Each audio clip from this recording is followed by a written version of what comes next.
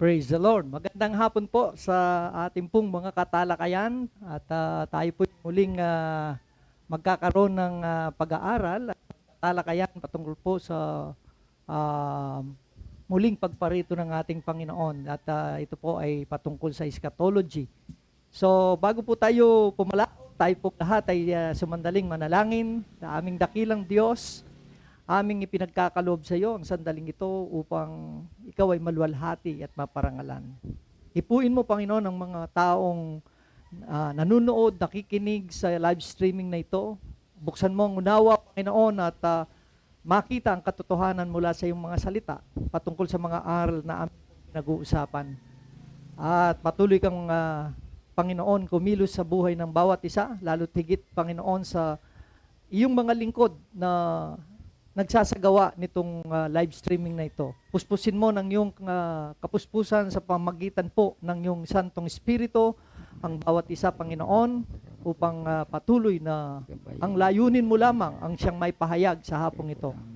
Ingatan mo ang labi ng iyong anak na magpapahayag ng aral na ito at tanging mga katotohanan lamang ang siyang mayulat sa lahat ng mga nakikinig at nanonood. Salamat po ng marami. Ikaw ang patuloy na maparangalan at maluwalhati sa pagsasama-samang ito. Ito po ang aming dalangin sa pangalan ng aming Panginoon. Amen. Okay, magandang hapon pong muli sa bawat isa sa ating lahat ng mga katalakayan. Hindi lang dito po sa Pilipinas, kundi maging sa ibang bansa po na nakakasama po natin. Okay, so sa hapon pong ito ay isang mahalagang topic na naman po ang ating pag-uusapan. At alam niyo ba na maraming mga church naghihintay ho sila ng pagre-rebuild ng temple. At ngayon naman ay minsan ang mga pangyayari na nagaganap sa ating pong mundo ay kadalasang iniuugnay nila sa kalagayan po ng Israel. Kaya ho sa hapon pong ito ay tatalakayin po natin ng ang Israel pa rin ba ang piniling mga tao ng Diyos sa kasalukuyan? So akala naman ng iba ay binabaliwala natin ang Israel. No, hindi po ganon. Kundi titingnan natin ayon sa banal na kasulatan kung ano po ba ang kalalagayan natin at ang kalalagayan ng Israel sa kasalukuyan. Kaya ibibigay na po natin ang pagkakataon sa ating pong Pastor Nato upang pangunahan ang ating pag-aaral na ito. Okay, Pastor, at purihin ng Panginoon. Purihin po ang Panginoon, mga kapatid, sa katalakayan sa hapong ito. Kami po ay nagagalak na nakakaroon po kayo ng pagkakataon o panahon na makinig ng aming ibinabahagi. Napakahalaga po ang paksang ito sapagkat nais po namin makalaya ang maraming tao sa paniniwalang kapag tinulungan nila ang Israel, sila daw po ay pagpapalain ng Diyos. Pangalawa, ang turo ng mga dispensationalist, kapag tinulungan mo Israel at sinuportahan, maaaring ito maging sa iyong ikaliligtas. Yan po nababasa ko sa ibang aklat ng mga may akda ng paniniwalang dispensationalism. At mayroong iba, talagang napakalaki po ang pagpapala sa kanilang kaisipan na sila ay makarating sa Israel. Pag sila nakarating doon, ay iba na po nadadaman nila dahil nga po doon sa kanilang paniniwala na sa amin pong posisyon ay hindi po naman ganun ang tunay na itinuturo ng banal na kasulatan. Ngayon, ang ating pong baksa ay uulitin ko po. Ang Israel parimba, kaya po may salitang parimba, ay sapagkat yun po ang dati nilang kalalagayan. Pero sa kasalukuyan, kung babasahin po natin ang tinuturo ng banal na kasulatan, ay hindi na po ganon. Makinig po kayo. Ang Israel parimba ang piniling mga tao ng Diyos sa kasalukuyan. Mahalaga po yung salitang sa kasalukuyan. Sa panahong ito. Ngayon, upang masagot ng tama at may kaayusan ang katanungan, atin munang alamin ang kaugnayan ng bansang Israel sa Diyos. Yan po ang dapat nating maunawaan. Ang kanilang dating kaugnayan sa Diyos. Bago po pumarito ang Panginoong Jesucristo sa unang pagkakataon, o bago po naganap yung pagkakatawan tao ng ating Panginoong Jesucristo at ang kanyang pagparoon do sa bayang kanyang pinili o bayan ng Diyos. Atin po munang pag-aralan ang unang bahagi. Ito po ay ang impormasyon mula sa Bagong Tipan. Matandang Tipan, excuse me. Kailangan malaman po natin yung impormasyon. Ang Matandang Tipan po ay puno ng mga pangako ng Diyos sa bansang Israel. Marami pong ipinangako. At dito po sa outline ay hindi po napasama ang talatang ito, pero ito muna po ang babasahin ko. Inyo na lamang pong isulat sa inyong outline. Ito po wala po sa outline kung kayo po ay nagtatala. Ito pong sinasabi sa Deuteronomio Kapitulo 28, talatang 1 hanggang 4 po. Pagkatapos, dali natin sa 15 hanggang 16. Na ganito po ang ating mababasa. At mangyayaring kung iyon didingging masikap, ang tinig ng Panginoon mong Diyos upang isagawa ang lahat ng utos na aking iniuutos sa iyo sa araw na ito, itataas ka ng Panginoon mong Diyos sa lahat ng mga bansa sa lupa. At ang lahat ng pagpapalang ito ay darating sa iyo at aabot sa iyo kung iyon didinggin ang tinig ng Panginoon mong Diyos. Magiging mapalad ka sa bayan at magiging mapalad ka sa parang. Magiging mapalad ang bunga ng iyong katawan at ang bunga ng iyong lupa at ang bunga ng iyong mga hayop, ang karagdagan sa iyong bakahan at mga anak ng iyong kawan. Magiging mapalad ang iyong buslo at ang iyong palayok. Magiging mapalad ka sa iyong pagpasok at magiging mapalad ka sa iyong paglabas. Ito pong binasa kong talata ay pangako ng Diyos. Pero kung napansin nyo, meron po ditong kondisyon. So ito pong mga pagpapala ng Diyos sa bansang Israel ay nasa ilalim ng kondisyon. Atin pong patunayan, isunod po natin ang talatang 15. Ngunit mangyayari na kung meron pong kondisyon, hindi mo didinggin ang tinig ng Panginoon mong Diyos na isasagawa ang lahat ng kanyang mga utos at kanyang palatuntunan na aking iniuutos sa iyo sa araw na ito, lahat ng mga sumpang ito ay darating sa iyo at aabot sa iyo. Susumpahin ka sa bayan at susumpahin ka sa parang. Sa kabila po ng mga pangako ng Diyos sa bansang Israel, meron pong kondisyon. Sila pa'y pagpapalain kapag sila sumunod, ngunit kapag sila po'y sumuhay, sila naman po ay susumpain. Yan po ang maliwanag natin na basa. Ibalik po natin doon sa ating iniwan kanina. Ang Matandang Tipan ay puno ng pangako ng Diyos. Mga pangako sa bansang Israel. Una, sila ay pinili ng Diyos upang pagpalain at maging pagpapala. Pakibasa niyo po, Pastor. Ang Genesis Kapitulo 12, 1-3. Pinili po sila upang pagpalain at maging pagpapala. Yan pong ating mababasa. Nabasa niyo, Pastor. Sinabi nga ng Panginoon kay Abram, umalis ka sa iyong lupain at sa iyong mga kamag-anak at sa bahay ng iyong ama na ikaw ay pasalupaing ituturo ko sa iyo. At gagawin kitang isang malaking bansa at ikaw ay aking pagpapalain. At padadakilain ko ang iyong pangalan at ikaw ay maging isang kapalaran. At pagpapalain ko ang mga magpapala sa iyo at susumpain ko ang mga susumpa sa iyo at pagpapalain sa iyo ang lahat ng angkan sa lupa. Napansin niyo po ba, mga kapatid?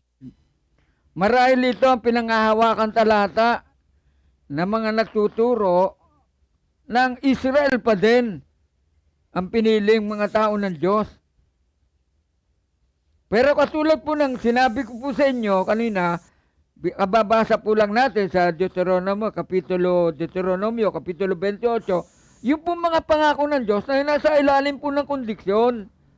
Kung sila po'y susunod, subalit kung di po sila susunod, sila po'y susumpain ng Diyos.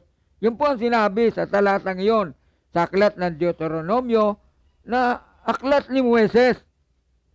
Ngayon, dito po, sabi, sila po'y pinili ng Diyos upang pagpalain at maging pagpapala. At may mga pangako dito.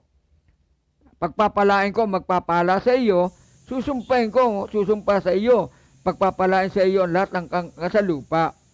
So, ito po, itiyak ang pinangahawakan at tinatayuan ng mga tagapagturong dispensasyonal upang kanilang panghawakan ng Israel ay dapat pagpalain. Ang hindi magpapara sa Israel ay susumpain ng Diyos. Yan po ang nakalagay dito. Kaya marahil yan po ang dahilan kung bakit nila sinusuportahan. Sapagkat ngayon po, yung mga tagapagturong dispensasyonal ay talaga pong malaki ang kanilang pagsuporta sa bansang Israel. Marahil dahil po sa talatang ito. Pangalawa ay sa ang pangako ng Diyos. Kinakausap sila sa lahat po ng bansa. Ang bansang Israel po ang kinakausap ng Diyos. At yan po'y mababasa natin sa Deuteronomio Kapitulo 7. Ang talata po ay 6 hanggang 8. Pakibasa niyo po, Pastor. Sapagkat ikaw ay isang banal na bayan sa Panginoon mong Diyos. Pinili ka ng Panginoon mong Diyos upang maging bayan sa kaniyang sariling pag-aari. Nahigit sa lahat ng mga bayan na nasa ibabaw ng balat ng lupa, hindi kayo inibig ng Panginoon, ni pinili kayo nang dahil sa kayo'y marami sa bilang kaysa alinmang bayan, sapagkat kayo ang pinakamaliit sa lahat ng mga bayan. Sapagkat ganito ang sabi ng Panginoon ng mga hukbo, dahil sa kaluwalhatian ay sinugo niya ako sa mga bansa na nananamsam sa inyo, sapagkat ang humihipo sa inyo ay humihipo sa itim ng kaniyang mata. Bakit po nagkaroon ganon, Pastor? Basahin niyo ulit yung 6. Basahin niyo ulit yung 6 hanggang 8 ng Deuteronomio Kapitulo 7. Deuteronomio Kapitulo 7, 6 hanggang 8. Sapagkat ikaw ay isang banal na bayan sa Panginoon mong Diyos, pinili ka ng Panginoon mong Diyos upang maging bayan sa kaniyang sariling pag-aari, na higit sa lahat ng mga bayan na nasa ibabaw ng balat ng lupa. Hindi kayo inibig ng Panginoon, ni pinili kayo ng dahil sa kayo'y marami sa bilang kaysa alinmang bayan, sapagkat kayo ang pinakamaliit sa lahat ng mga bayan. Kundi dahil sa inibig kayo ng Panginoon at dahil sa kaniyang tinupad ang sumpa na kaniyang isinumpa sa inyong mga magulang, ay inilabas kayo ng Panginoon sa pamamagitan ng makapangyarihang kamay at tinubos kayo sa bahay ng pagkaalipin mula sa kamay ni Paraon na hari sa Ehipto. Oh, yan po. Kinakausap po sila ng Diyos at pinangakuan. Ngunit katulad nga po ng sinabi natin, nabasa natin sa unang talata, na sinabi ko pong italaan nyo sa inyong talaan, kung meron po kayong pinagtatalaan, Deuteronomio Kapitulo 28, nakalagay po doon ng mga pagkapala at nakalagay din po doon na magiging sumpa kung sila po ay sumuway. Sa magad po, yung pangako po ng Diyos na sa bansang Israel ay nasa ilalim po ng kondisyon. Yan po lagi nyo tatandaan. Nasa ilalim po yan ng kondisyon. Yun, sila pinili ng Diyos upang pagpalain at maging pagpapala. Yan sinabi ng Genesis 12, 1-3. Kinakausap sila ng Diyos. Pangatlo, nagpakahayag ang Diyos sa kanila at nangako.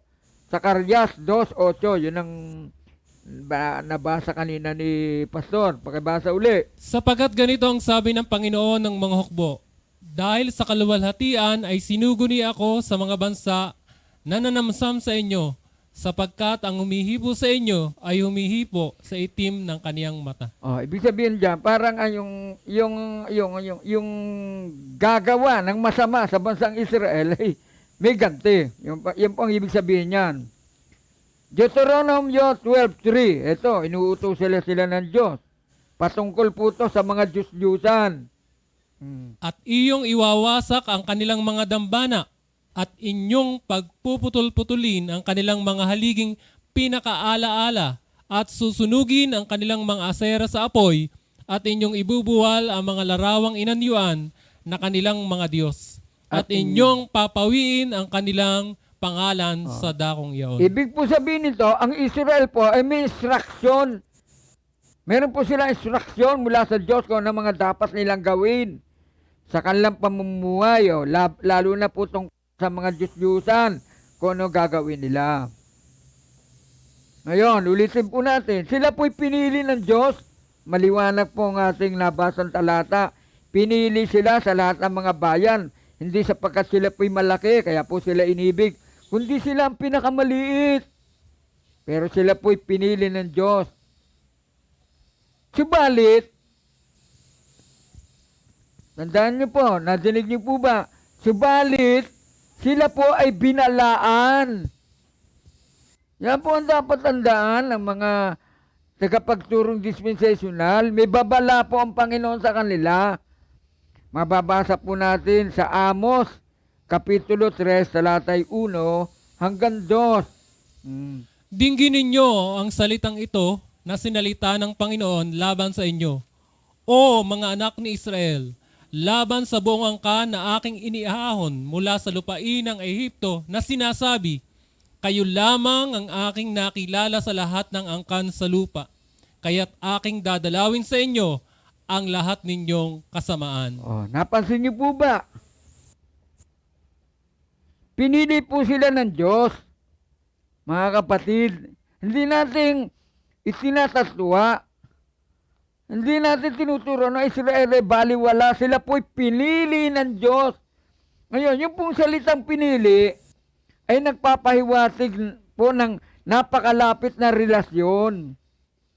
Ibig sabihin po, sa lahat ng mga bansa, malapit po ang kanilang relasyon sa Diyos sapagkat sila po ay pinili sa lahat ng mga bansa. Yan po na nawa natin sa mga talatang ating binasa.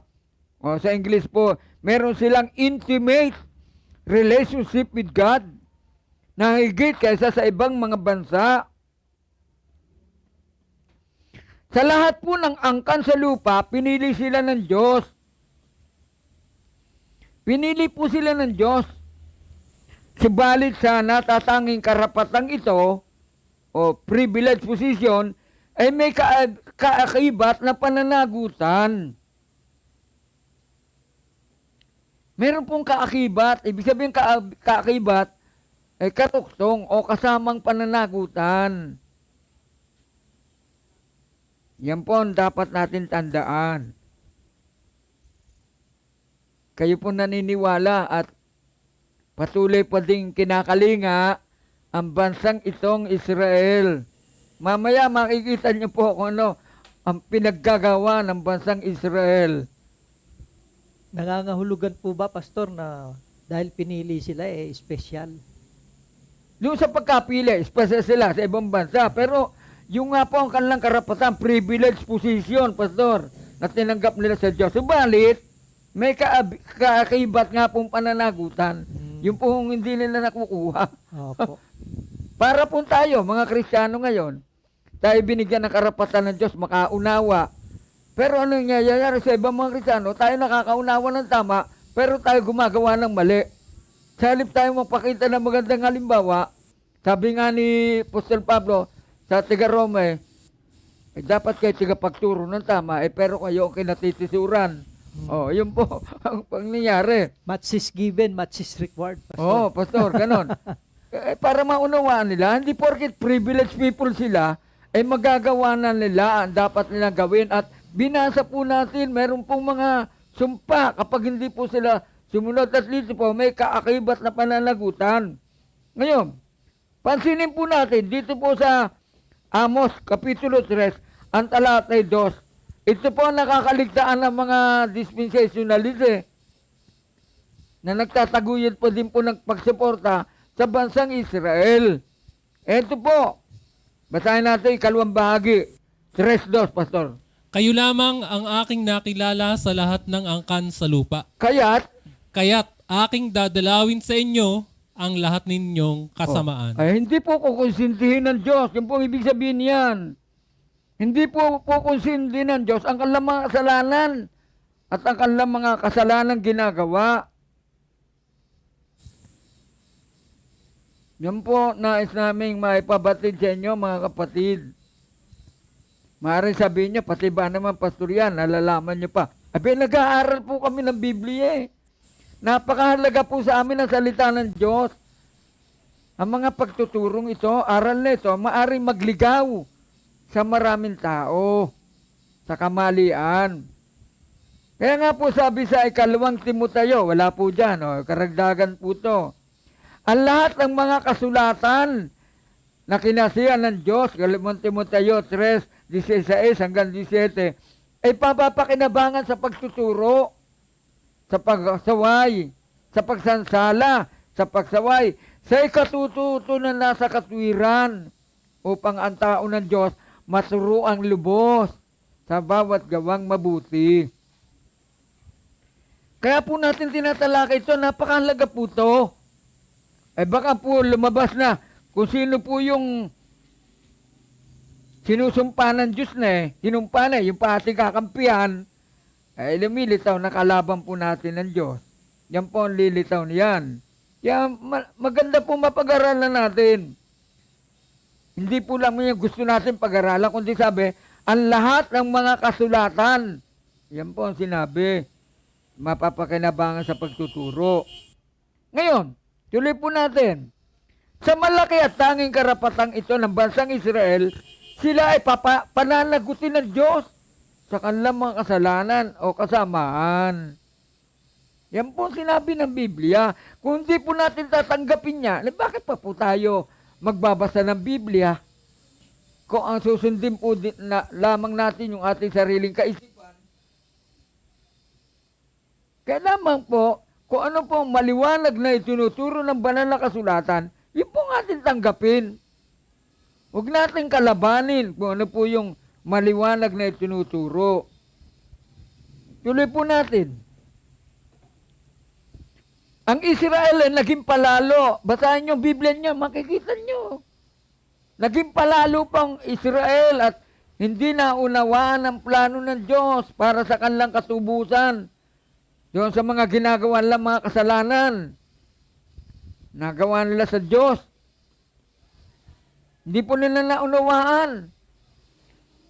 Ang pagdating ng Kristo upang sila'y tubusin ay kanilang binugo o hindi tinanggap. Kahit ano pong paliwanag ng Panginoon na siya'y sinugo ng Ama, ganito pong utos ng Ama o ng Diyos ng Israel, ay hindi nila pinaniniwalaan at pinagbintangan pa ang Panginoong sa Kristo na nagtuturo ng mali. At siya may demonyo. May demonyo kanya. Sabi. Yan po sinabi sa banal na kasulatan kung nagbabasa po kayo. Yan po ang ginawa ng bansang Israel. Yung po mga patotoo ng mga propeta sa darating na Kristo, hindi nila tinatanggap.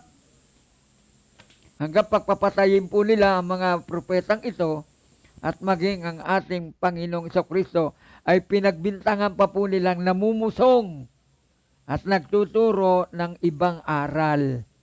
Yan po, kung magbabasa po kayo ng banal na kasulatan, Marami po mga Kristiyano, tumatanggap ng ibang aral na hindi naman yon. Pastor, talagang tinuturo. Kung ano yung hindi tinuturo, yun ang tinatanggap. Kung ano naman yung nakasulat na maliwanag na tinuturo, ayaw nila talagang tanggapin at ang kanilang binipilit na itayo ay yung hindi naman talaga nakasulat at hindi yun ang talagang sinasabi. Ngayon, dumako na po tayo, natapos na po yung impormasyon sa Matandang Tipan. At talagang bansang Israel pinili, pinatanggap ng mga pagpapala. Pero, ulitin ko po, yan po lahat na ngayon nasa ilalim ng kondisyon. Kapag po sila'y sumuway, merong kaakibat na pananagutan. Meron pong ganti sa kanila ang Diyos sa kanilang ginagawang pagsuway. Pumasok na po tayo sa ikalawang bahagi. Ang impormasyon mula sa Bagong Tipan. Ito po. Kumpleto po ang Biblia Nang pumarito po ang Panginoong Kristo, tinanggihan siya at ang bagong kasunduan mula sa Diyos at ng bansang Israel. Tinanggihan siya sa bagong kasunduan. May bagong kasunduan po At sa pagtanggi nilang ito, sa Bagong Tipan, kasunduan, humantong ito hanggang sa pagpatay nila sa isinugong tagapagligtas. Ang Panginoong Kristo po, nagpapatotoo na sa sinugo ng Ama. Sinugo po siya para ano? Para maging tagapagligtas. Unang 1:4-14. Mababasa po natin, pakibasa po ninyo, Pastor. At nakita natin at sinaksihan na sinugo ng Ama ang anak upang maging tagapagligtas ng sanglibutan. Yan po ang layunin kung bakit ang Panginoon sa Kristo sinugo. Sino po nagsugo sa Kanya? Ang Ama o ang Diyos. Upang ano po ang layunin ng pagkasugo? Upang maging tagapagligtas ng sanlibutan.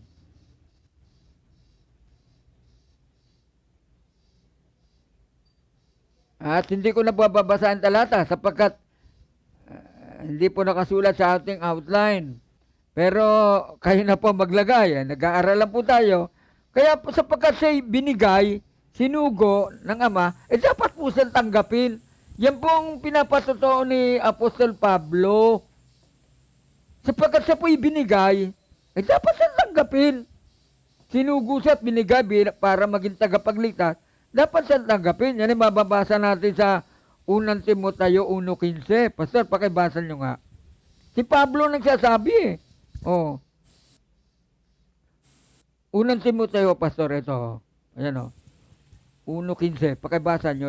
Yan lamang po, talatang yan. Tapat ang pasabi at nararapat tanggapin ng lahat na si Kristo Jesus ay naparito sa sanglibutan upang iligtas ang mga makasalanan na ako ang Pangulo sa mga ito. Ayun po ang sinabi. Tapat ang pasabi. Nararapat tanggapin ng lahat. Pero ano po nangyari? Tinanggap po ba ang ating Panginoon sa Kristo? Hindi po. Hindi po tinanggap ng bansang Israel ang Panginoong sa Kristo. At ito pa po ang katotohanan. Ito, mapakaliwanag. Ang katunayan na naging kaganapan. Hindi po siya po'y naparito, pero hindi po siya tinanggap. Pero ang totoo po ni Pablo, nararapat tanggapin. Pero tinanggap po ba? Hindi po. Yan po ang ginawa ng bansang Israel. Sa Juan, Kapitulo 1, ang talatay 11. Pakibasa nyo, Pastor. Juan 1:11.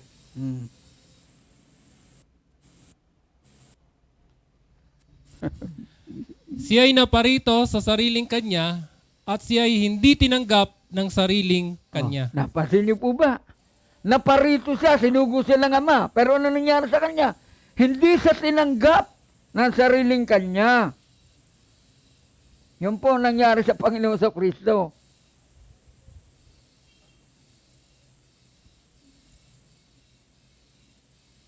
Pero ang iba po sumampalataya, tumanggap sa kanya.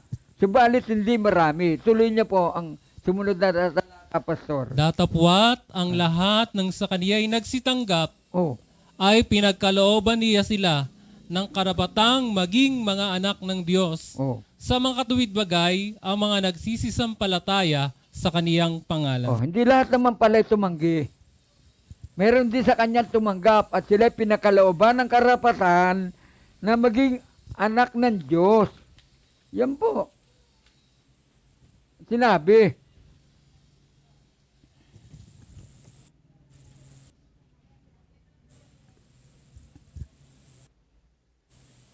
Ang lahat po na nakaraang mga kasalanan ng mga tao ng Israel ay nagatid upang sila'y mangalat.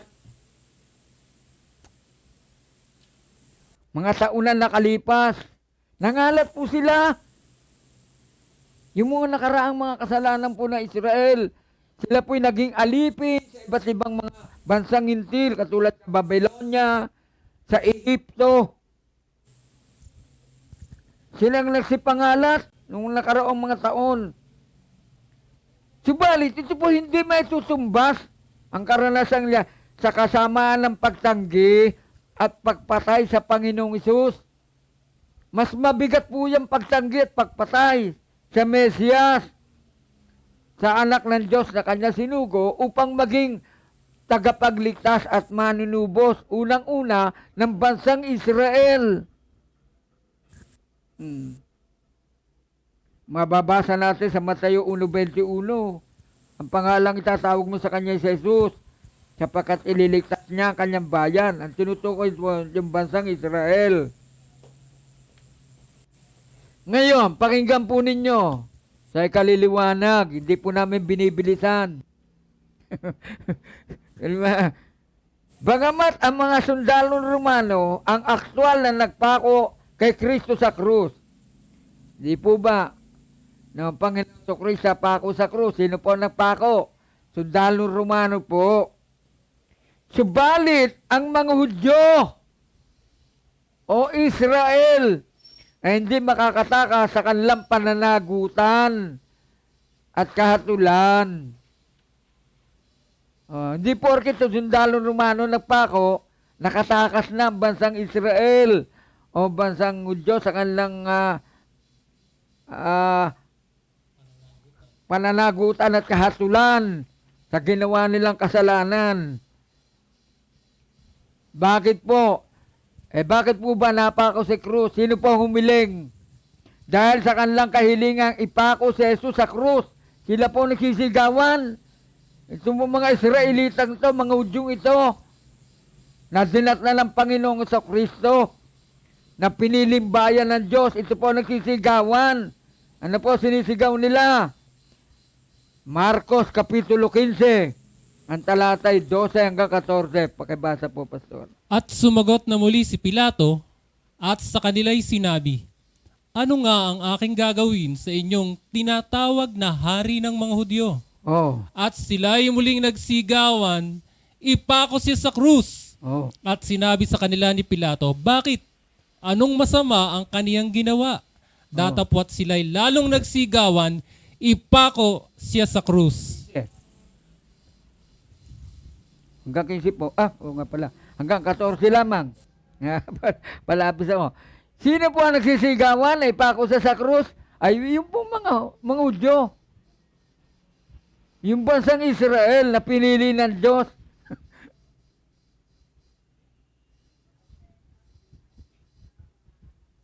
Kung kayo po ang makaunawa nito, susuportahan niyo ba yan? Yung mga taong yan, nagpapako sa ating Panginoong Hesus. Kayo na po sumagot. Sino po talaga ang nagpapako? Ang bansang Israel. Ang mga Hudyo. Sila po naging dahilan kung bakit napako ang Panginoong Hesus. Pinili niya si Barabas, ang makalaya. Ayan po sa kasaysayan. Dumako na po tayo sa ikatlong bahagi, sa lalong kaliliwanag. Ito po ay patungkol po sa ang kamatayan ng Panginoong Hesus. Napakaganda po nito. Kung ito ay maitatalaan nyo, may ingatan sa inyo. Basahin nyo ito at ito ay makakatulong sa ating paglilingkod sa Diyos na may katapatan. Hindi na po natin kailangan yung mga encounter na yan. Basahin nyo lang ito. Kaya mababagbag na damdamin nyo, Pastor. Hindi na kailangan kayo magdrama-drama pa. Basahin nyo lang ito at makikita nyo. Nakakadama kayo ng kahabagan sa ating Panginoong Hesus. Sa ganap na pagkamatay ng Panginoon Kristo, may mga kapahayag ang mga apostol sa Israel. Una, mababasa po natin to sa Gawa 2:22 hanggang 23. Pagkabasa po, Pastor. Kayong mga lalaking taga-Israel, Oh. pakinggan ninyo ang mga salitang ito. Oh. Si Jesus na taga-Nazaret, lalaking pinatunayan ng Diyos sa inyo sa pamamagitan ng mga gawang makapangyarihan at mga kababalaghan at mga tanda na ginawa ng Diyos sa pamamagitan niya sa gitna ninyo, gaya rin ng nalalaman ninyo. Siya na ibinigay sa takdang pasya at paunang kaalaman ng Diyos, kayo sa pamamagitan ng mga kamay ng mga tampalasan ay inyong ipinako sa krus at pinatay. Sa liwanag po ng mga talatang ito, talaga ang Panginoon po'y dumanas ng katampalasanan. Ipinako po siya at pinatay sa krus. Yan po nakasulat. Ituloy po natin, Pastor. Basahin natin ang talatang 36. Oh. Gawa 2:36. Yan po, kapitulo 2 din po. Oh, basahin natin. Pakatalas-talasin nga ng buong angkan ni Israel na ginawa ng Diyos na Panginoon at Kristo itong si Jesus na inyong ipinako sa krus. Oh, sino po ang napako? Yung mga Hudyo po. Yung bansang Israel, sila po ang nagpako sa Panginoong Kristo. At inuutusan sila ni Apostol Pedro na sila magsipagsisi para sila patawarin sa kanilang mga kasalanan. Ano pa po? Ikatlo. Gawa 3:13 hanggang 15. Tayo natin. 13. Kapitulo 3:13 hanggang 15. Ang Diyos ni Abraham at ni Isaac at ni Jacob, ang Diyos ng ating mga magulang, ay niluwalhati ang kaniyang lingkod na si Jesus na inyong ibinigay at inyong tinanggihan sa harap ni Pilato nang pasiyahan nito na siya'y pawalan. Datapwat inyong pinakatanggihan ang banal at matuwid na ito at inyong hiningi na ipagkaloob sa inyo ang isang mamamatay tao at inyong pinatay ang lumikha ng buhay na binuhay ng Diyos na maguli sa mga patay, mga saksi kami ng mga bagay na ito. Israel po ang nagsagawa niyan sa ating Panginoong Hesus. Naunawaan niyo po ba, mga kapatid na nakikinig at nakikipag-aralan, ang Israel ang gumawa po niya sa ating Panginoon sa Kristo. At dito po sa Gawa 4:10, pakibasa po, Pastor. 4:10, tarasasin yung lahat. Yan nakalagay dyan. Talastasin ninyong lahat at ng buong bayan ng Israel na Oh. sa pangalan ni Hesukristo ng taga-Nazaret na inyong ipinako sa krus na binuhay ng Diyos na maguli sa mga batay, dahil sa Kanya ay nakatindig ang taong ito sa inyong harap na walang sakit. Oh, napasin niyo po ba? Bayan ng Israel. Ang Israel po may kinalaman. Oh. Na inyong pinakaw sa krus. Sabi ni Pedro. Talasasin lahat at ang buong bayan ng Israel. Ang Israel po may kinalaman sa pagkapako po ng Panginoon sa Kristo. Ano pa po? Ang kalamang talata. Ito naman po ang pahayag ni Apostol Pablo. Unang Tesalonica 2. 14 hanggang 15. Oh. Sapagkat kayo, mga kapatid, ay nagsitulad sa mga iglesia ng Diyos na nasa Judea kay Kristo Jesus. Sapagkat nagsipagbata naman kayo sa inyong sariling mga kababayan gaya naman nila sa mga Hudyo, na nagsipatay sa Panginoong Jesus at gayon din sa mga propeta, at kami ay kanilang pinalayas at di nangagbibigay lugod sa Diyos at laban sa lahat ng mga tao. Sino po ang nagpapatay sa Panginoong Hesus at sa mga propeta ng Diyos? Ang bansang Israel po.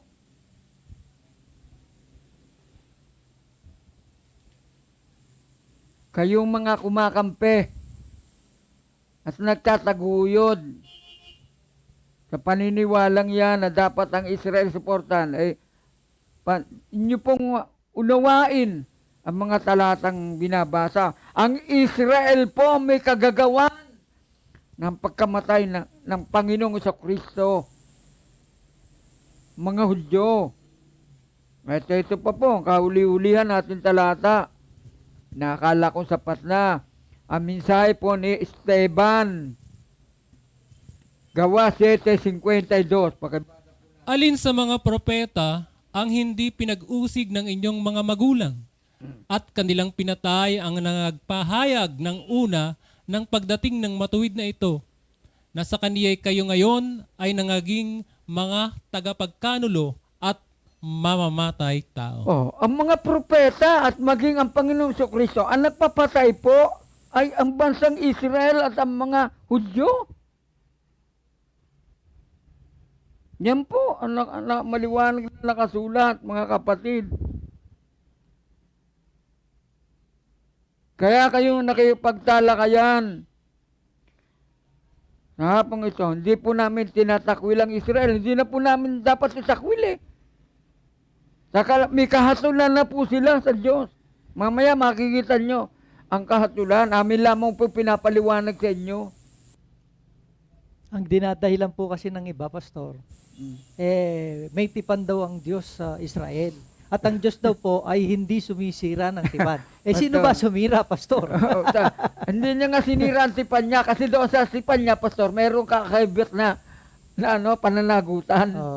Ay nakikita lang niya pakikipagtipan ng Diyos. Hindi na nababasa yung kondisyon. Yun yung hindi niya nababasa. Ang binabasa niya yung pabor sa Israel. Hindi nababasa yung offense. Yung offense ng ginawa ng Israel sa Diyos. Kababasa lang natin kanina sa introduction. Papananagutin sila ng Diyos ang mga kasalanan at kasamahan. Kung sila hindi susunod, una ko muna binasa yung Deuteronomy 28 Pastor. Oo. Na hindi napasama Talaga lahat ng pagpapala. Ngunit, kung sila sumuway, ito naman ang mga sumpa na aabutin nila. Yan po ang nakalagay. Para bang gusto nilang gawing konsentidor ang Diyos sa kasalanan. Pastor, yan ang po ang lumitaw wag na natin talaga yung Pastor, yung mas malalim pa, na ang terrorism, na kanalaman po itong dispensational teaching sa terrorism, ay malalim na po yan. Baka po, Pastor, hindi na matanggap yan. Oo. Pero meron po tayong katibayan kung bakit ang terrorism ay umiiral, ay hindi po nila naunawaan, Pastor, na may kinalaman ng eschatology. Pastor, yung eschatological teaching ng dispensational na naka-influensya sa mga pamunuan ng Amerika. Pastor, yan po hindi nila nalaman. Pero kapag kinausap po nila tayo, papakita natin ng ebidensya, Pastor, na ang terrorism may kinalaman sa eschatological view, sa paniniwala ng ilang mga pastor. Yan po. Dumako po tayo sa baging ito ng paunawa. Sa panahon po ng ministeryo ng ating Panginoon, alam po ng ating Panginoong Hesus ang dadanasin sa kamay ng mga Hudyo. Alam po niya, dahil alam niya lahat ng mga bagay Sinabi niyong aklat ni San Juan, alam niya lahat ng mga bagay. Alam niya ang dadanasin niya. Kaya po ganito ang sinabi niya, yung magiging outcome, sinabi niya na. Basahin natin ang Mateo 38 hanggang Kapitulo 23, 35 hanggang 38. Pastor, bagamat na nakalagay dyan 38, basahin nyo sa 35. Yung konteksto. Upang mabubaw sa inyo ang lahat na matuwid na dugo na nabuho sa ibabaw ng lupa, buhat sa dugo ng matuwid na si Abel, hanggang sa dugo ni Zacarias na anak ni Barakias, na pinatay ninyo sa pagitan ng santuario at ng dambana. Katotohanang sinasabi ko sa inyo, ang lahat ng mga bagay nito ay darating sa lahing ito. O Jerusalem, Jerusalem, na pumapatay sa mga propeta at bumabato sa mga sinugo sa kanya, Sinusugo sa kanya. Makailang iniibig kong tipunin ang iyong mga anak sa pagaya ng pagtitipo ng inahing manok sa kanyang mga sisiw sa ilalim ng kanyang mga pakpak ay ayaw kayo. Oh. Narito ang inyong bahay ay niiwan sa inyong wasak. Oh. Yan, ayan po sinabi ng Panginoon. Ang inyong bahay, yung templo po, ay iniiwan sa inyong wasak. Sinabi ng Panginoon, mawawasak ang templo beforehand. Dahil po sa galiwang ito ng bansang Israel sa mga propeta. Ayan po, iiwan sa inyong wasak. At sinabi pa rin po ang mga pangyayaring magaganap sa bansang Israel. Ito po ay mababasa natin sa Matthew 24, kaugnay po ito. Matthew 24, 15 hanggang 22. Pakibasa po niya po ito. Mula sa 15 po. Kaya nga, pagkakita ninyo ng kasuklam-suklam na paninira na sinilita sa pamagitan ng propeta Daniel na natatayo sa dakong banal, unawain ng bumabasa. Kung magkagayoy magsitakas sa mga bundok ang nasa Judea, ang nasa bubungan ay huwag bumaba upang maglabas ng mga bagay sa loob ng kanyang bahay. At ang nasa bukid ay huwag magbalik upang kumuha ng kaniyang balabal, datapwat sa aba na nangagdadalang tao at nangagpapasuso sa araw na iyon. At magsipanalangin kayo na huwag mangyari ang pagtakas ninyo sa panahong tagginaw o sa sabat man. Sapagkat kung magkakaroon ng malaking kapighatian nang gayoy di pa nangyayari buhat sa pasimula ng sanglibutan hanggang ngayon at hindi na mangyayari kailanman. Oh. At malibang paikliin ang mga araw na iyon ay walang lamang makaliligtas datapwat dahil sa mga hirang ay paiikliin ang mga araw na iyon. Ito po mga hirang na binabanggit dito, hindi po Israel to. Lagi sinisingit yung Israel. Ito pong mga hirang nito, ito pong mga Kristiyano, ito pong mga alagad ni Kristo. Yan po ang dapat niyong maunawaan. Oh, bakit ito ba hindi pa, sabi dito, hindi pa nangyari buhat sa pasimulan sa lipunan hanggang sa ngayon, hindi na mangyayari kailanman. Ibig sabihin, ito pong kapighatian ito, hindi pa kailanman nangyari sa bansang Israel. Mula nang ang bansang Israel makreate, mapasimulan ang mga lahi ng mga Udyo, hindi pa ito nangyari at hindi na mangyayari. Bakit? Kasi po ito exclusive for Israel. Nasalakay na po natin no karaang pinag-aralan natin yung 3 uri ng kapighatian. Napag-aralan po natin. Exclusive po yan at yan po ay paghihiganti ng Diyos sa kanilang mga kasalanan. Yan pong kapighatian yan, dinanas ang bansang Israel na naganap nga po noong 70 AD. Inuulit ko po. Ngayon, ang banal na lungsod, o Holy City, o Jerusalem, ay kinubkob ng mga hukbo Romano. Ito pong hukbo Romano, ito pong tinatawag ng mga hintil. Noong anyo 70, binago ko ang term. Kasi pakasawa na sila sa 70 AD. Anyo 70. Ganito ang pahayag ng Panginoong Hesus. Oh, Pastor, basahin nyo. Lucas 21:24. Para mabasa nyo. Lucas 21:24. At sila'y mga bubuwal sa pamamagitan ng talim ng tabak Oh. at dadalhing bihag sa lahat ng mga bansa at yuyurakan ang Jerusalem ng mga hentil hanggang sa matupad ang mga panahon ng mga hentil. Oh, hanggang sa matupad yung gagawin ng mga hentil. Patungkol doon sa dapat maranasan. Yung patungkol sa Israel. Hanggang hindi natutupad yun, patuloy pong mangyayari sa kanila. Oh. Yan po ang sinasabi dyan. Yuyurakan ng Jerusalem ng mga hentil hanggang sa matupad ang panahon ng mga hentil. Hindi lang huwawasakin yung templo. Pakinggan din po natin si Apostol Pablo. Ito po. Unang Tesalonica 2:15 hanggang 16. Bagamat napapyaw na nabasa yung kanina, basahin po natin muli ang testimony ni St. Paul. Patungkol po dito sa destruction of Jerusalem na naganap nga po ng panahong iyon na ika-70 anyo. Oh. Na nagsipatay sa Panginoong Hesus at gayon din sa mga propeta, at kami ay kanilang pinalayas at di nang nagbibigay lugod sa Diyos at laban sa lahat ng mga tao, na pinagbabawalan kaming makipag-usap sa mga hentil upang mangaligtas sa mga ito, upang kanilang paramihing lagi ang kanilang mga kasalanan, ngunit dumating sa kanila ang kagalitan hanggang sa katapusan. Yun po, nakita nyo po, natupad po si Pablo nagpapatuto, yung dadanasin nila, mga kapigatan, si Pablo kasama sa Dumanas. Dahil napaharap po siya sa mga sinagoga, sa mga gobernador, sa mga hari, naranasan po ni Pablo yan, yung sinabi na Panginoon magaganap sa bansang Israel. Yan po ang maliwanag na itinuturo ng banal na kasulatan.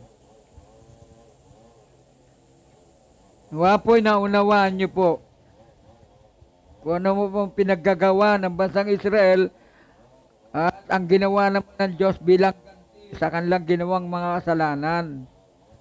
Ngayon, ito po, wala na pong hula pa patungkol sa Israel na sinasabi ng mga dispensational, ang Israel daw mayroong mga special na pastor, no? Oo. Mga special na karapatan. Wala na pong ganun. Yun po. Dumako na po tayo sa ikapat na bahagi at maaring dito na po tayo, ano ba to? Di pa pala. Meron pa pala isang talaga. Ang hula patungkol sa Israel, naganap na lahat. Naganap na po lahat. Kasi kung di po ito naganap na lahat, ay mali po ang pagkapahayag ng ating Panginoong sa Kristo. Babaliwalain po natin sinabi niya. Ang nagsasalita po ko dito, Panginoon sa Kristo. Sa Lucas 21, 20 hanggang 27, pastor, pakibasa nyo. Yung binasa natin uli kanina, 20, pero hanggang 27 po. Ipinaliwanag ng Panginoon Jesus ang magiging katuparan at ito po yung natupad noong 70 AD. 21, pastor, ng Lucas. Kung magkagayoy, ang mga nasa Hodea ay magsitakas sa mga bundok, at ang mga nasa loob ng bayan ay magsilabas, at ang mga nasa parang ay huwag magsipasok sa bayan, sapagkat ito ang mga araw ng paghihiganti, upang maganap ang lahat ng mga bagay na nangasusulat. Mga bagay na nasusulat, magaganap ng lahat patungkol sa Israel. Tuloy po, pastor. Asa ba?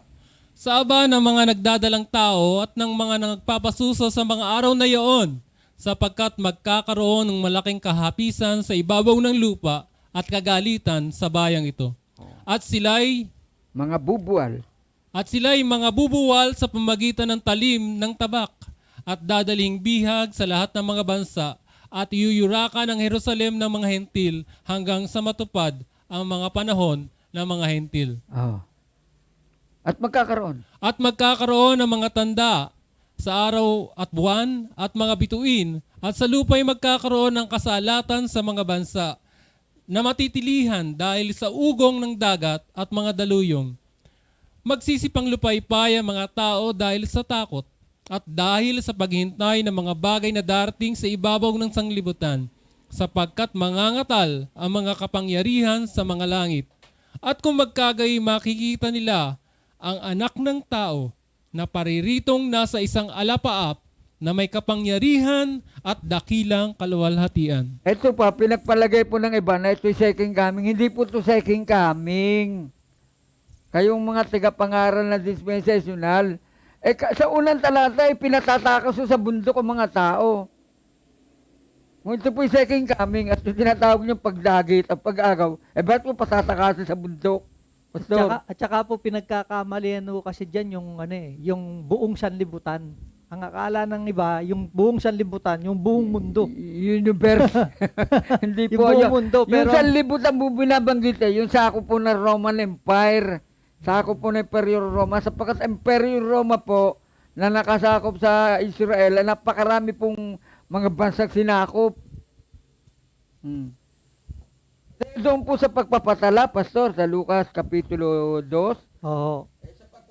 sa, Sanlibutan din ho yun. sanlibutan ang ginamit Oo.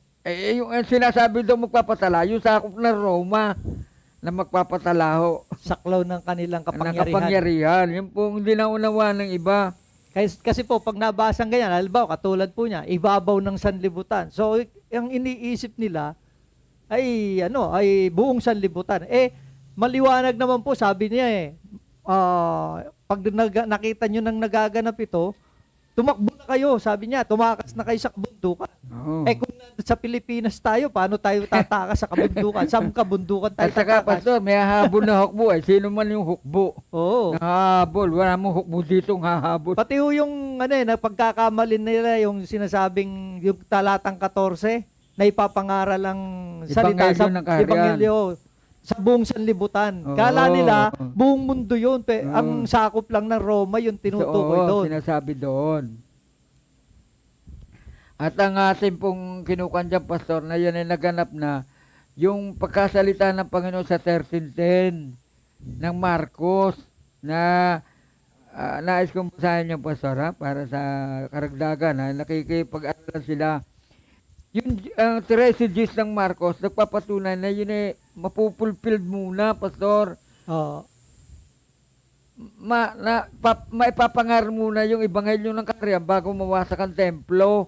Ito po, sabi at sa lahat ng mga bansa, kinakailangan munang, napansin niyo po ba? At sa lahat ng mga bansa, kinakailangan munang may pangaral ang ebanghelyo bago mawasak ang templo. Yun pong ibig sabihin niya. Kasi po, ito pong Matthew 24, Mark 13, at Luke 21, parallel po yan. Iisa po ang tinatalakay dyan, yung immediate sign ng destruction of Jerusalem. Yan po ang tinatalakay dyan. Para po sa inyong kalawan. Ngayon,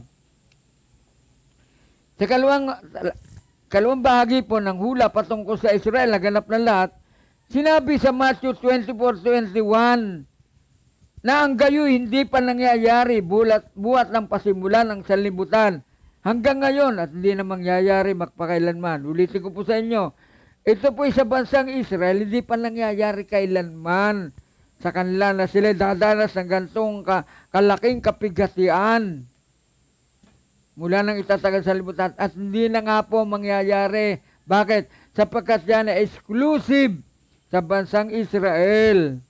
Exclusive po sa kanila nadadanasin. Ang tinutukoy po ay malaking kapigatian dadanasin ng mga taga-Jerusalem at Judea. Pastor, pakibasa nyo. Judea po, Jerusalem ang dadanas. Pakibasa nyo mo, Pastor, muna yung Mateo 24:16 kung sino po makakadanas. Kung magkagayoy magsitakas sa mga bundok ang nangasa Judea. Tiga Judea po pinatatakas Hindi naman ang buong mundo Yung kapigatian para sa buong mundo, hindi po. Yun nasa Judea. Tapos, sa Lucas 21:20, Pastor. Sino man ang sinasabi dyan? Lucas Kapitulo 20 ulit, 21 ulit.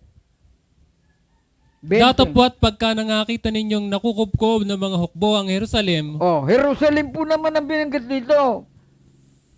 So, tumalang kapigatian nga to, ang sinasakop ng lugar po, Judea, saka Jerusalem. Tuloy niyo po.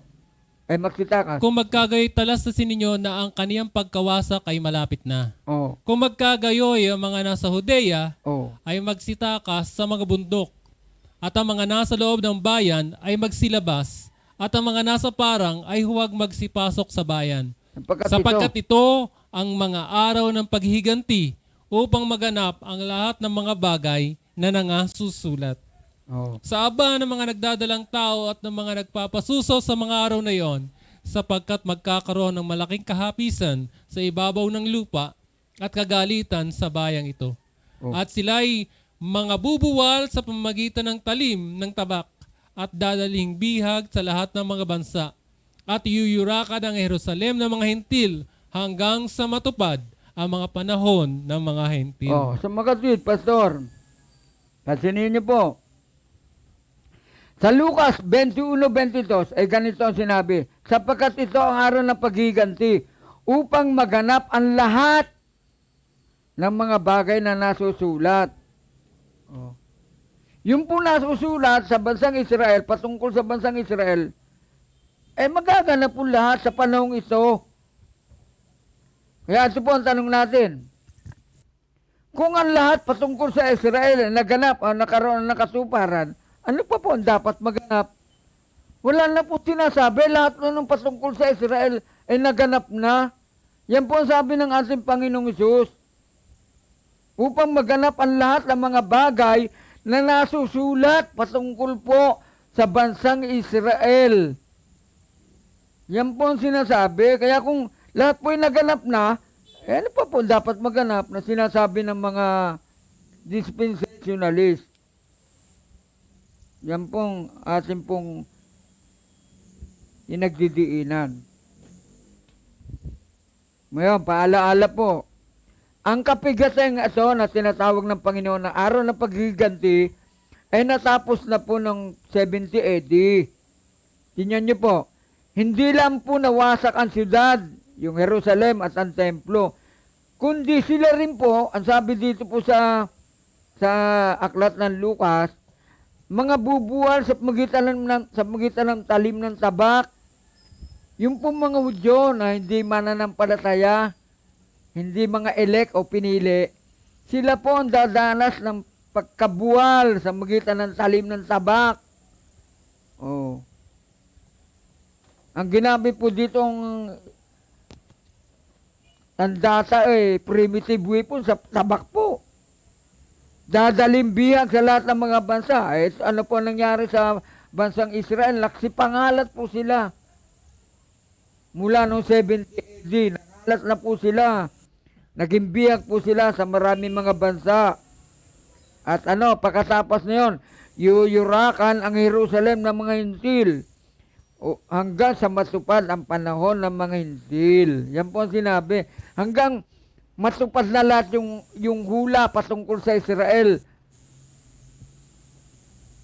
na gagawin sa kanila ng mga hintil na ito, natutupad na lahat. Ngayon, Pastor, nabasa natin sa Lucas 21:24 po yan. Ngayon, basahin po natin yung Apokalipsis 11:2. Basahin po natin yung Apokalipsis talatang Kapitulo 11, talata po 2. At ang loob ang nasa labas ng templo ay pabayaan mo at huwag mong sukatin sapagkat ibinigay sa mga hentil at kanilang yuyurakang 42 buwan ang banal na siyudad. Pastor. Dito sa dito sa ito ayon sa sulat ng mga preterists, Pastor Ito talagang destruction of Jerusalem. Isipin niyo, Pastor, napakatagal pala. Oo. 42 buwan ang banal na siyudad. Ayan yuyurakan, Pastor. Kaya wala natira dyan Pastor. Oo. At ayon sa kasaysayan, Pastor, yan pala, hindi pinabalik dyan ng Israel, napakatagal. Hindi, kung ilang taon, hindi sila nakakapunta doon, Pastor. Pinagbabawalan sila na lumapit doon kaya doon na lang po sila sa Wailing Wall, Pastor. Yung nababasa kong ibang aklat patungkol dyan, na napakatagal silang pinagbawalan, di sila pinapupunta dyan sa site, Pastor. Yung mga Hudyo, hanggang sa, ewan ko lang, noong 1948, kung sila nakaano na doon, na nakasayong kina Halinse, na nagbalik na 1948. Pero sila, Ngayon po, mga tao nagpupunta dyan, Pastor, sa Jerusalem. Hindi mo tayo nakakapunta dyan, Pastor. Oo. Pero may nabasa kong aklat na The Return. 2 po author, Pastor. Nandoon ang mga iba't ibang mga religious leaders. Nandoon, nagpupunta. Pero nandoon na sila sa labas, Pastor, sa Wailing Wall. Sa inatasang manalangin. Sila biglang napaatras. Pastor, napaatras daw sila. Bakit? Ganito daw panalangin, Pastor.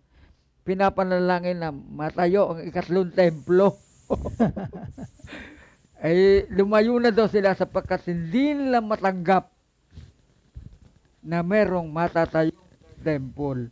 Sapagkat matagal na daw sila nagbabasa ng Biblia, wala silang nakitang talata na ang Diyos ay nangako na magtatayo na ikatlong templo ni ang mga apostol at doon uupo ang di umano'y Antikristo. Wala, umatras na po sila. Yan pong nabasa ko lang sa isang aklat na may pamagat na The Return. So, mga pastor, yan po ang ating masasabi sa ating pinag-aralan ito. Ngayon, dumako na po tayo sa ikalimang bahagi. Maliwanag na po, pastor, ang ating talakay. Ang iglesia ay nasa ilalim ng bagong tipan ng biyaya na natatag sa pamamagitan ng dugo ni Kristo. Yan po ang dapat nating malaman. Ang iglesia ay nasa ilalim ng bagong tipan ng biyaya na natatag sa pamamagitan ng dugo ni Kristo. Basahin po natin ang 1 Korinto 11:25. At gayon din naman, hinawakan ng saro pagkatapos na makahapon na sinasabi, ang sarong ito'y siyang bagong tipan sa aking dugo. Gawin ninyo ito sa tuwing kayo'y magsisiinom sa pag-aalaala sa akin. Ang bagong tipan po ito ay sa pamamagitan ng dugo ng Panginoon sa Kristo. Yan po ang bagong tipan. Hindi na po yung pagsunod sa kautusan. Ang tao po ay aariing ganap sa pananampalataya sa dugo ng Panginoon sa Kristo nabubo para sa kapatawaran ng kasalanan. Yan po ang nakasulat sa Biblia. At Ngayon, yan po din yung sinasabi ni Daniel na pagtitibayin ang tipan. Oh. Hindi ang Antikristo ang magpapatibay, kundi si Kristo. Wala naman sinabi daw may Antikristo makikipag-treaty. Oho. Yung po sabi na treaty sa loob ng 7 taon. Wala pong ganon. Pagtitibayin yung tipan na sa gawa na, pagtitibayin lang, he will confirm. Hindi wala po sinabi daw, he will make a covenant, kundi he will confirm. Meron na po dating covenant, pagtitibayin ng Panginoon doon sa panahon iyon. Na yung pong covenant na yung pastor, hindi po 7 taon. Doon niya pagtitibayin sa loob ng panahon iyon, yung dati ng tipan, pagtitibayin. Pero yung tipan po na yung pastor ay everlasting covenant. Oo. Yung tipan na everlasting na po, wala na po susunod pa. Kaya ho, nung kalagitnaan ng 7 taon, bali 3.5 taon, Oo. namatay si Kristo para nga mapagtibay niya yung tipan. Pagkatapos lumalis siya, tinuloy na ng mga alagad yung Oo. ng pangangaral. Ngayon, dumako na po tayo sa ilang puntos. Sa ilalim ng bagong tipan, hindi na tayo tumatanaw sa panunumbalik pa ng Israel. Wala pong ganyan tinuturong Biblia ng Israel po'y makakapanumbalik pa. Wala po. Ngayon, pinapauna ko sa inyo, hindi po dito natatapos ang pag-aaral na ito. Maaaring isipin nyo, tapos na. Hindi po. Meron pa po susunod ditong paksa sa susunod na Martes. Ngayon, sa ilalim ng bagong tipan, hindi tayo tumatanaw sa panunumbalik pa ng Israel. Masasagot din po yan sa susunod na talakayan. Hindi na natin kailangan ng ikatlong templo. Ayun ang puturo ng dispensational. Magkakaroon ng ikatlong templo at hindi na malam paano nila gagawin, pastor Sapagkat yung templo na winasak ng sundalo Romano, pastor, may nakasa yung templo. Oo. Yung templo ng mga Muslim, the Dome of the Rock, tinatawag, pastor. Ayun. Hindi, Nako. sabi ng iba, manalangin daw na lumindol ng Oh, malakas. ang panalangin ng Pag-asa nila, mananalangin para lumindol, pastor. Kung lumindol, gaanong kalakas na lindol yon? Para mawasak yung templo ng mga Muslim. Doom of the Rock. Oo, sabi naman na. Oh, bakit po hindi na natin kailangan ng ikatlong templo? Sapagkat sa bagong langit at bagong lupa, ang Diyos at si Kristo na ang templo doon. Pastor, si Kristo at ang Diyos ang templo. Apokalipsis 21:22. Pakibasa po natin. At hindi ako nakakita ng templo doon, Oh, sapagkat ang Panginoong Diyos, oh. ang makapangyarihan sa lahat, at ang kordero ay siyang templo doon. Oh. Pastor, napakatindi. Hindi kailangan na ikatlong templo sa bagong langit at bagong lupa. Bakit bagong langit, bagong lupa? Ang ating sinasabi, Pastor. Kasi po, pagkatapos nga po ng second coming, ang susunod po, hindi po millennial kingdom. Wala pong millennial kingdom. Hindi po mababago ang aming posisyon. Ang susunod po ay bagong langit at bagong lupa. Basahin niyo po ang 2 Pedro 3. Talatan 10 hanggang 13, mababasa niyo. Ayon sa kanyang pangako, naghihintay tayo ng bagong langit at bagong lupa. At doon sa bagong langit at bagong lupa, ang templo po doon ay ang Diyos at si Kristo. Yan po maliwanag nating nabasa. Hindi po kailangan doon ng third temple. At natalakay na din natin, nung nakaraan, meron bang third temple na physical templo. Natalakay na po natin yan. Wala po. Sapagkat doon sa 2 Thessalonica, Kapitulo 3, ang templo po doon binabanggit ay naos. Nang ibig po sabihin ay spiritual temple at hindi po physical. Ikatlo, hindi na tayo maghintay pa sa paghahari ni Kristo sa Jerusalem. Wala na tayong hintay pa paghahari. Bakit po? Sapagkat siya po'y naghahari na noong pampagkakit sa langit sa kanan ng Ama. Pakibasa niyo ulit, Pastor, baka nalilimutan ng ating mga katalakayan. Awit, St. Judice, 1 hanggang 4. Sinabi ng Panginoon sa aking Panginoon, umupo ka sa aking kanan hanggang sa aking gawing tungtungan mo ang iyong mga kaaway. Oh. Pararatingin ng Panginoon ang setro ng iyong kalakasan mula sa Siyon. Magpuno ka sa gitna ng iyong mga kaaway.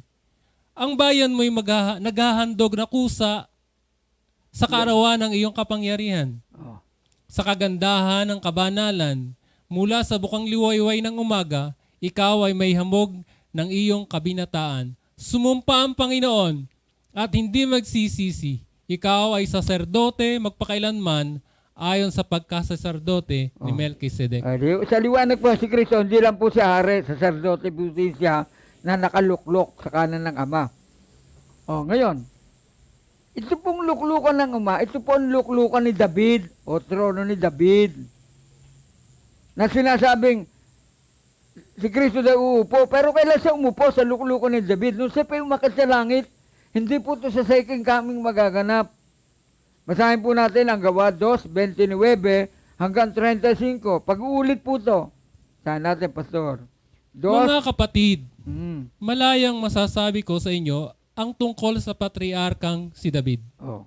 na siya'y namatay at inilibing, Mm. at nasa atin ang kaniyang libingan hanggang sa Sa araw na ito. Mm. Palibasa nga'y isang propeta, at sa pagkaalam na may panunumpang isinumpa ng Diyos sa kaniya, na sa bunga ng kaniyang baywang ay iluluklok niya ang isa sa kaniyang luklukan.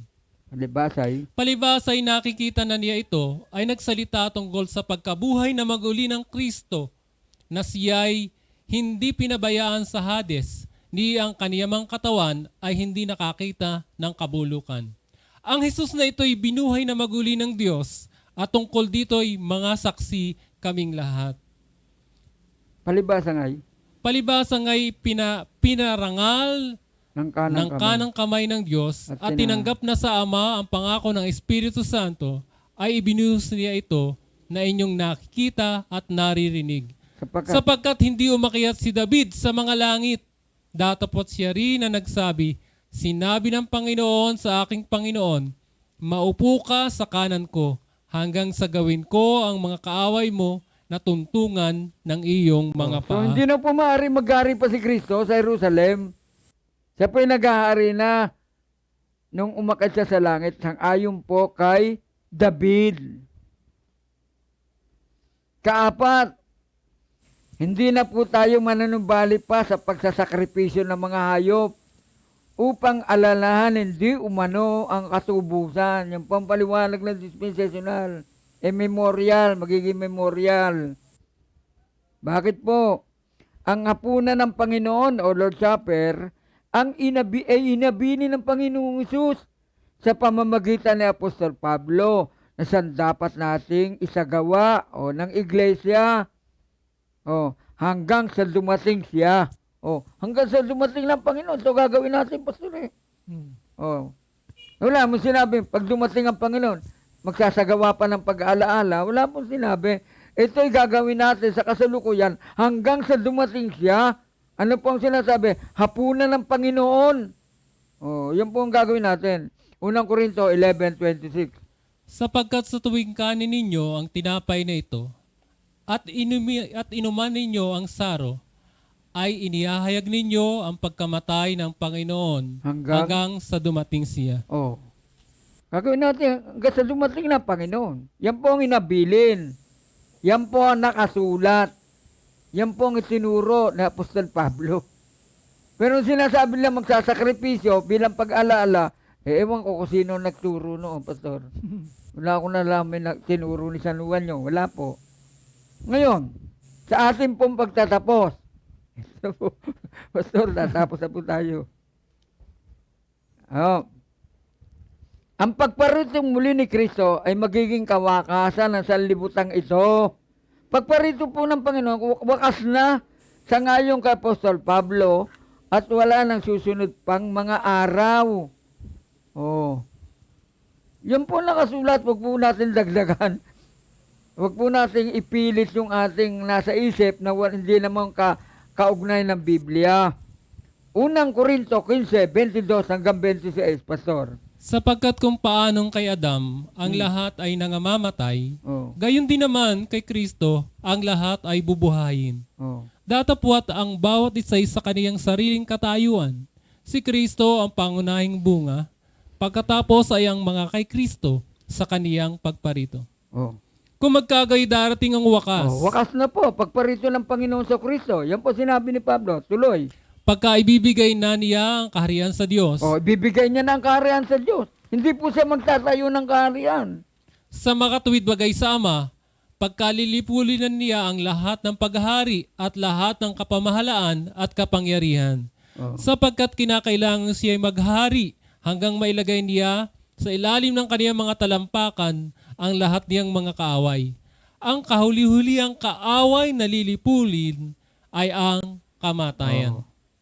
Napansin niyo po ba mga kapatid? Kinakailangan daw ang Panginoon maghari. Sapagkat kung di siya maghari, hindi mo mapapasa ilalim ng kanyang mga paa ang lahat ng kaaway. Pag napasa ilalim ng paa niya ang kanyang mga kaaway, dahil siya po'y naghari, paparito na po ang Panginoon.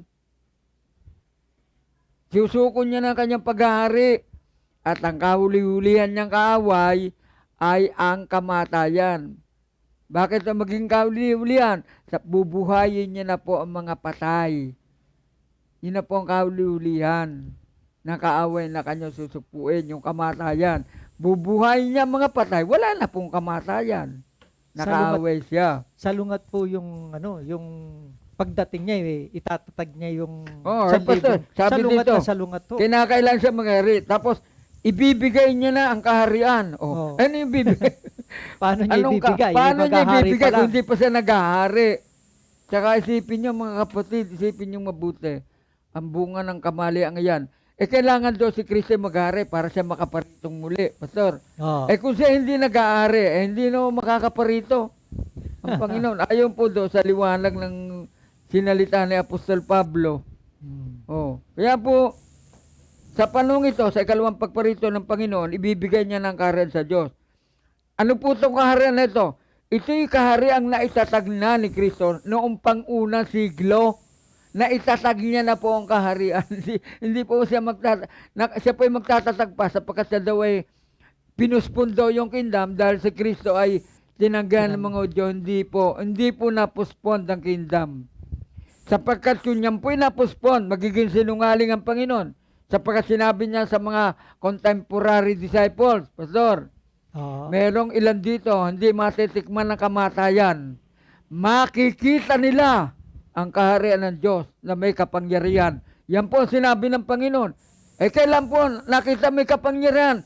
Nung dumating po ang araw ng Pentecostes, ang mga alagad pinuspos ng Espiritu Santo.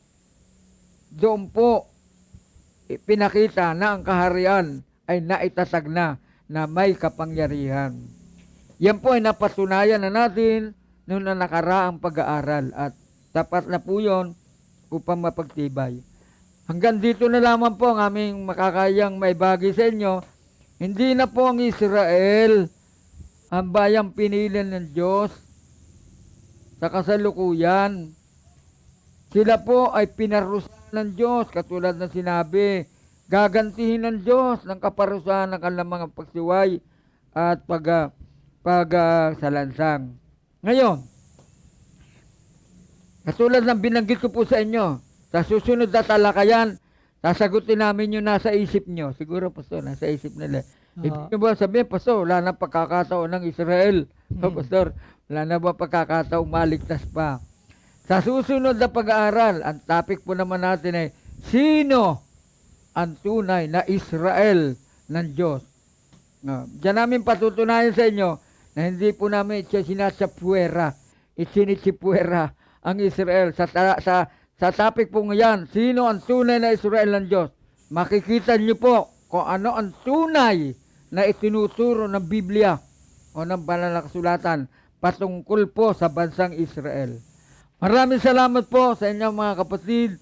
Naway, naunawan niyo po ang binahagi natin at ang namin sa inyo at ang natalakay na ito. Nawa po'y naging maliwanag sa inyo ang ating natalakay, Pastor. Purihin po, Panginoon. Praise the Lord. So, Hallelujah. tandaan po natin, hindi po ang Israel, hindi po nakasalalay sa Israel ang timetable ng Panginoon. No? So, nakasalalay yan sa kanyang tunay na plano. At dahil lang Israel, bagamat siya pinili, ay nagkasala at nagre-rebelde sa Diyos, karapatan lang po na sila'y parusahan ng Diyos. Pero sila naman po ay binibigyan ng pagkakataon pa rin. At yan po ang sasagutin. Talakayin po natin yan sa susunod. Natin sa susunod na talakayan po ayaw natin. po namin magkulang. Kaya po sa susunod po, eto na, pinapauna po namin sa inyo. Sino ang tunay na Israel ng Diyos? Yan yung mapapatunayan na hindi namin tinatapon yung bansang Israel. Makikita nyo, kasama pa din ang Israel. Kasama pa rin siya. Kasi niya, sa susunod na Martes po, panalangin nyo, gumanda ang panahon at matalakay natin. Praise God. Magpalain po nawa kayo ng Panginoon. Sige po. At maraming salamat po sa inyong bibigay ng panahon sa pakikipag-aral sa amin. Nawa po ay meron na naman po tayong panibagong natutunan mula sa banal na kasulatan. Sige po, at tayo sa mandaling manalangin at magpasalamat sa Diyos. Aming dakilang Diyos, nagpapasalamat po kami sa iyo sa biyaya mo na kami pinagsama-sama mo. Bagamat physically ay magkakahiwalay po kami. Pero ginagamit mo, Panginoon, maging ang ere, ang media, Panginoon, upang makapagsalo kami sa pag-aaral mula sa iyong salita. Dalangin po namin, Panginoon, na ito po ay matanim sa puso at isip ng bawat nakikipag-aralan sa hapong ito, upang sa ganun, kung meron pa silang mga naririnig na taliwas sa aral ng banal na kasulatan, ay pwede na nilang tanggihan ang mga bagay na yun, Panginoon. Salamat po ng marami sa pagpapala mo. Panginoon, ay amin pong idinadalangin na special ang mga kapatid po namin na bukas ay isasailalim sa swab testing. Dalangin po namin, Panginoon, na ikaw po ang manguna sa kanilang mga kalusugan at malampasan na po nila, Panginoon, at maging negative na po sila sa kanila pong kalagayan. Nang sa ganun, O God, ay sila po ay makalaya nang makakumilos at hindi na po sila nakakulong, Panginoon. Ingatan mo po sila at gabayan ang kanilang kalusugan, Panginoon. At Panginoon, yung pong papasok na panibagong bagyo na sabi po ay maaring dumaan dito po sa Southern Luzon, ay ngayon pa lamang, O God, idinadalangin na po namin na ikaw po ang kumilos, na wag na po ito makapagpatuloy at hindi na po ito manalanta. At sapagkat bugbog na po, Panginoon, sa pananalanta ng mga bagyo sa mga nakalipas na araw, ang aming pong bayan, at marami na po ang naapektuhan, marami na po ang nakakaranas ng paghihirap, lalo na sa kanilang kabuhayan. Kaya sa iyo po namin ipinagkakatiwala, Panginoon, ng mga susunod na araw, at patuloy mo pong bantayan at ingatan ang aming pong bansa, nang sa ganon ay hindi na po ito masalantapan ng panibagong bagyo. Salamat po, Panginoon. Pinupuri ka namin, dinadakila at niluluwalhati. Sa iyo po ang aming pasasalamat. Ito po ang aming dalangin sa pangalan ng aming Panginoong Yesus. Amen and amen. So muli po, magandang hapon po sa bawat isa. Salamat po sa inyong pakikipagtalakayan. At sa susunod pong Martes ay muli tayo magkasama-sama sa kalooban po ng ating Panginoon. To God be the glory. God bless you all. Salamat po.